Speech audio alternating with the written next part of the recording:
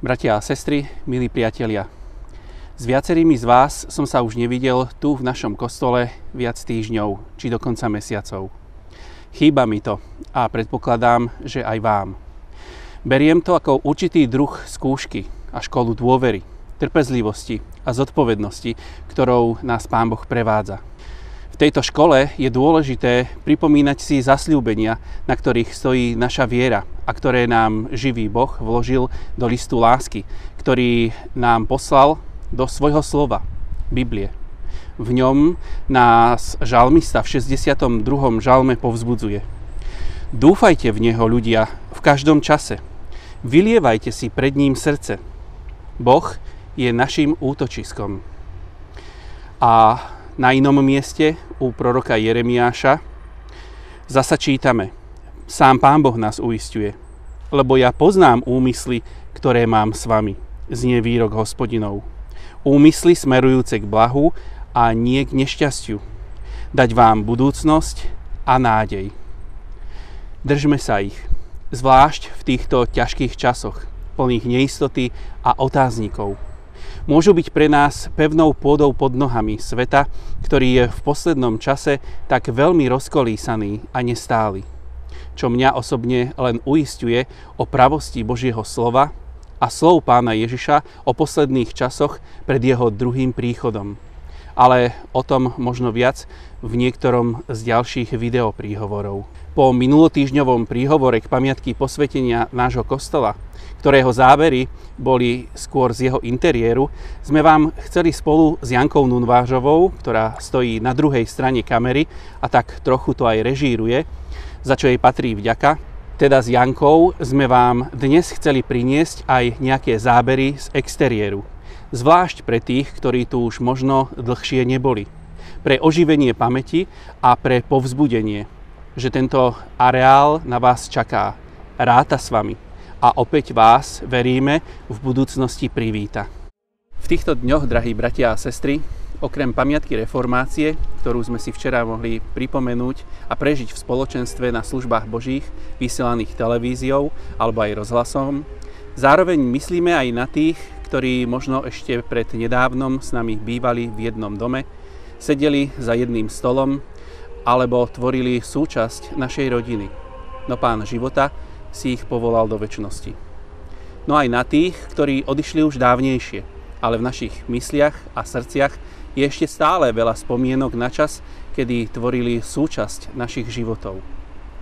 Aj keď sú podmienky voľného pohybu obmedzené a návšteva cintorína tento rok nie je samozrejmosťou, venujeme im aspoň tichú spomienku v našich mysliach a v modlitbe prosíme o Boží pokoj, ktorý prináša utíšenie a pokoj aj do našich srdc.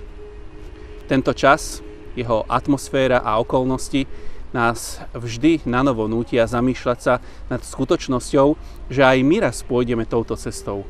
A zároveň nás to akosi podvedome, ale aj vedome nutká k otázke, ako to bude so mnou?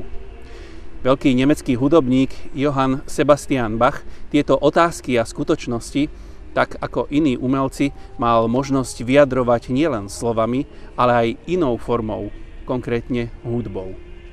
Narodil sa v rodine eisenašského mestského muzikanta. Ako 18-ročný sa stal organistom a v roku 1704 bola uvedená jeho prvá kantáta s príznačným názvom Nezanecháš moju dušu v pekle. Názov tohto diela veľmi jasne naznačuje, že tento velikán vážnej hudby už v mladosti nenechával otázky života a smrti bokom. Jeho život plynul ďalej v dobrom aj v zlom. A na konci života dokonca oslepol.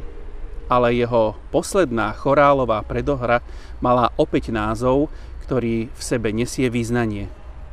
Pred tvoj trón teraz vstupujem.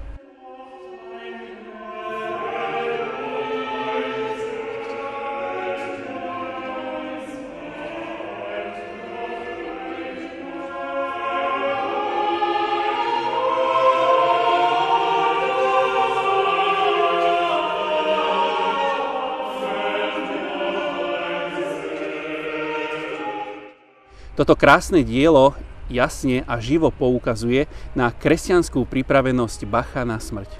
Mal istotu, že ide do večného spoločenstva so svojím Pánom a nesmierne sa na to tešil. Sme podobní tomuto vzácnemu Božiemu mužovi a velikánovi dejín hudby, bratia a sestry, milí priatelia? Máme aj my istotu, že po smrti sa stretneme so svojím Stvoriteľom? Že smrťou náš život nekončí? Zvlášť tieto dni pamiatky zosnulých, ale i po iné dni života si máme pripomínať, že náš pozemský život má svoj koniec. Ale naša existencia nemá koniec, lebo je večná. Baránok Boží, Pán Ježiš Kristus, Svätý Boh, sa stal človekom. Prešiel temnotou smrti a vstal z mŕtvych, aby bol pomocníkom, potešovateľom, ale predovšetkým záchrancom a spasiteľom všetkým, ktorí o to stoja a nechcú zostať sami v hodine odchodu z tohto sveta, ale chcú mať sprievodcu, ktorý už touto cestou raz prešiel. Aby sa ono známe, prach si a na prach sa obrátiš, zmenilo na celkom osobné vyznanie, tak ako ho vyslovil už starozmluvný Jób. Ja viem, že môj vykupiteľ žije a nakoniec sa postaví nad prachom. A spolu s apoštolom Pavlom v Novej zmluve vyznať, lebo mne žiť je Kristus a zomrieť zisk. Nech nás všetkých, bratia a sestry, milí priatelia, Pán Boh svojou prítomnosťou požehná tieto dni a vedie nás do svojej blízkosti. Amen.